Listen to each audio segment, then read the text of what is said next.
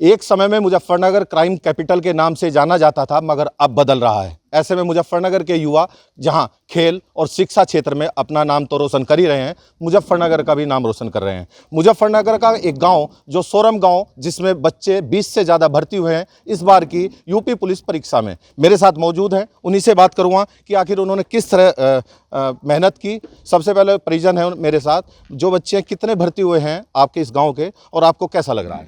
इस गांव के मैं भी एक प्रतियोगी हूं। मैंने भी इस परीक्षा में सफल पाया है और मैं भूतपूर्व सैनिक हूं और मैं आने से पहले ही तैयारी कर रहा था। और यहाँ पे फिर मैं गांव में रिटायर हुआ तो बच्चे काफ़ी मेहनत कर रहे थे, तो मुझे और भी लगन हुई और मैं इन बच्चों के साथ में काफ़ी मेहनत किया। और मुझे आज बहुत खुशी हो रही है कि हमारे गाँव के इतने लड़के भरते हुए, तो मैं बहुत ज़्यादा खुशी हुई और हमारे गाँव ने भी पूरा सहयोग दिया इस मामले में। किस तरह से भर्ती तैयारी करते थे, आपको क्या उम्मीद थी? जी, तो जब मेहनत करता है तो उम्मीद ही होती है। और जैसे मैं हूँ और मेरे इस भाई ने बहुत मदद की पढ़ने में, रनिंग में, मेरे मेडिकल में, सब कुछ, मतलब रनिंग में, हर चीज़ में। और समय समय पर मैं घर वालों से और इस भाई से गाइडेंस लेता रहा, तो इसलिए सफलता प्राप्त। क्या पहली बार भर्ती मारी आपने? जी, मेरी पहली भर्ती है। पहली भर्ती में आपका नंबर आ गया। आपने किस तरह मेहनत की? क्या संयुक्त रूप से मेहनत करते थे, या इस पूरी जो कामयाबी मिली है इसके पीछे आप श्रेय किसको देते हैं? हाँ, इससे गांव परिवार और अपनी जो मम्मी वगैरह है सबका काफ़ी साथ मिला और उन्होंने सपोर्ट किया। मैं पहले प्राइवेट जॉब कर रहा था, उसके बाद छोड़ के आया। वहाँ से घर वालों ने कहा कि अभी तैयारी करो, थोड़ा टाइम है, जब तक एज है तो थोड़ी सरकारी की साइड जाओ। तो मैंने गवर्नमेंट की तैयारी की, परिवार और सबका सपोर्ट मिला, तो आज यहाँ खड़े हैं आपके सामने चयनित रूप से। किस तरह का एहसास? बहुत अच्छा महसूस कर रहे हैं सर। गांव का भी नाम रोशन हो रहा है और जैसे सभी भाइयों ने मेहनत की है, ऐसे ही मिलकर हमने भी मेहनत की है और आज सिलेक्शन पाया है। पहले मुजफ्फरनगर को क्राइम कैपिटल या अन्य नामों से जाना जाता था, लेकिन अब जो युवा हैं वो शिक्षा और खेल के क्षेत्र में अच्छा प्रदर्शन, अपना योगदान दे रहे हैं, जिससे मुजफ्फरनगर का नाम रोशन हो रहा है। सोरम गांव में भी ऐसा ही हुआ है। क्या कहेंगे, इसके पीछे क्या वजह है? इसके पीछे बच्चों की लगन ही है, बहुत ज़्यादा पढ़ाई करना।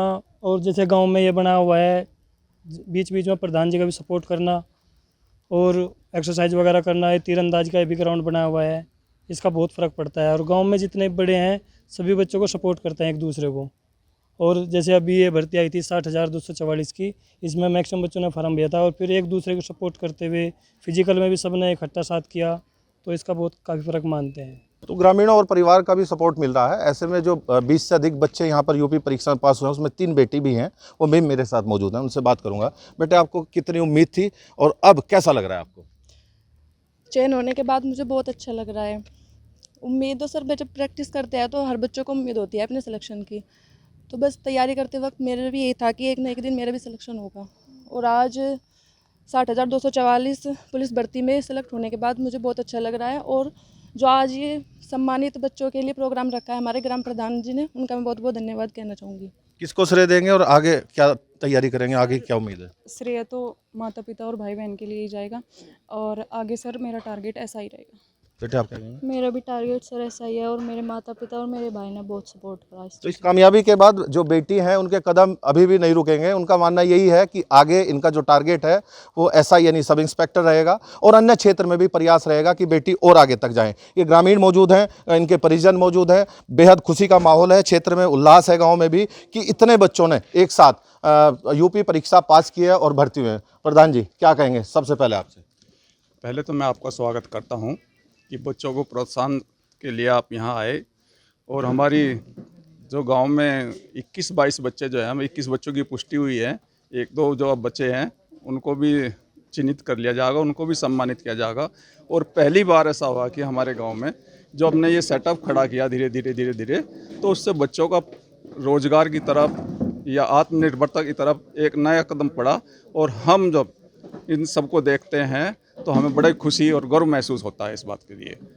बाबूजी, अब मुजफ्फरनगर बदल रहा है, युवा क्षेत्र जो शिक्षा और अन्य क्षेत्रों में नाम रोशन कर रहे हैं मुजफ्फरनगर का। पहले ऐसा नहीं देखा, आपकी तो काफ़ी लंबी उम्र हो गई, तो क्या कहेंगे ऐसे में? आपने बच्चों को क्या कहेंगे और उसके पीछे क्या मानते हैं वजह? हम ये मानते हैं कि हमारे सोरम ग्राम में जो है 3 आर्चरी चल रही है। एक तो रघुवंशी आर्चरी है एकेडमी, एक पहलवानी का यहाँ पर जो है सेंटर चल रहा है, एक इधर जो है कबड्डी का क्षेत्र में जो है उधर एक सेंटर चल रहा है। तो हमारे यहाँ के जो है युवा जो है बहुत लगनशील है और अपने जीवन के आगे भविष्य के लिए बहुत तरक्की कर रहे, भाग दौड़ कर रहे, रेस कर रहे। और हमसे ये उम्मीद है कि भाई ये बच्चे आगे जो है भविष्य में अपने जीवन में सफल हों, और हमारा आशीर्वाद भी इनके साथ है। आप गांव में अक्सर बच्चों को इनको देखते होंगे, किस तरह तैयारी करते थे? आपको क्या लगता था कि बच्चों ने कैसी तैयारी की है, और इसके पीछे जो योगी सरकार है उसके बारे में आप क्या कहना चाहेंगे? योगी सरकार बहुत अच्छी है जी। और गाँव में जो है क्या नाम बच्चे मेहनत वो बहुत लगन, एक दूसरे से जो है क्या नाम आपस में एक दूसरे से सहयोग करने के बाद में तो वो कर रहे चाहिए।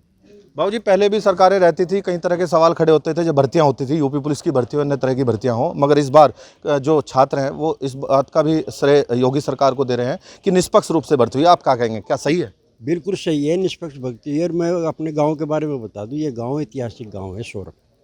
इसमें इतने बच्चों ने भर्ती करके क्वालिफाई करा, इसको एक नया इतिहास का पन्ना जोड़ने का काम इसने बच्चों ने करा। ये बच्चे होनहार हैं, आगे भी इस गांव का नाम रोशन करेंगे। इस परीक्षा को पास करने के बाद फिजिकल बहुत कड़ा मामला था, फिजिकल भी इन्होंने पास करा। बाद में एक कंपटीशन होता है फाइनल मेरिट भी इन्होंने पास कर ली।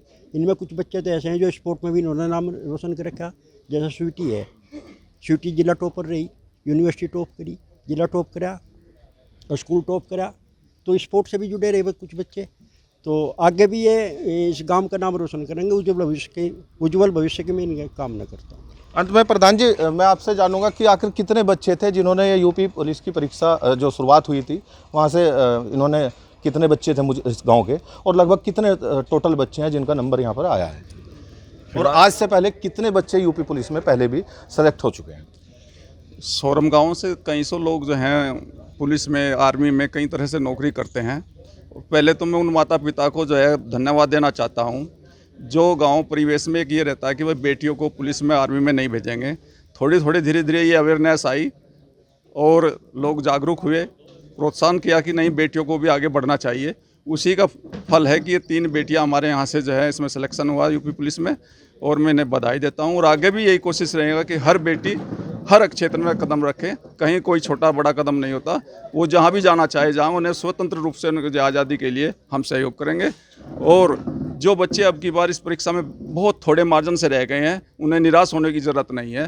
कहीं भी कदापि हम फिर उनके साथ जो है मेहनत से उनके साथ खड़े होंगे, उन बच्चों का हौसला अफजाई करेंगे। वो अगले टर्म में, आने वाले दूसरे टर्म में मुझे उम्मीद है अब की बार 20, अब की बार 50 से ज़्यादा भर्ती। निश्चित तौर पर इतिहास रचा है सोरम गांव के इन बच्चों ने, लेकिन इसका जो श्रेय है वो अधिकतर कोच साहब को भी जाता है। कोच साहब, मुझको बताइए कि कितने टोटल बच्चे थे जो यहाँ पूरी प्रैक्टिस कर रहे थे, जिन्होंने पूरी यूपी पुलिस के लिए तैयारी की थी, और कितने बच्चों का सिलेक्शन अभी हुआ है? करीबन गांव से 82-83 बच्चे जो है यूपी पुलिस के उसमें थे।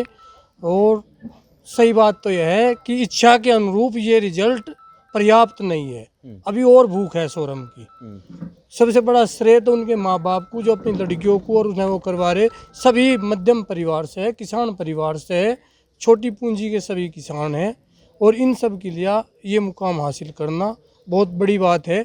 जैसे कि बोला जाए कि बदल रहा है भारत, तो सोरम ऐतिहासिक पृष्ठभूमि में बहुत बड़ा महत्व रखे, और कुछ टाइम के लिए उतार चढ़ाव होते रहे किसी के भी जीवन में। अब बदल रहा है सोरम, बहुत जल्द भगवान ने चाहा ये गांव से जो है एनडीए बच्चे भी क्लियर कर रहे, बच्चे जो है अच्छे एग्ज़ाम क्लियर कर रहे। भविष्य में कोई ना कोई अच्छा मुकाम IPS PCS भी सोरम जरूर देगा, ये लक्ष्य है।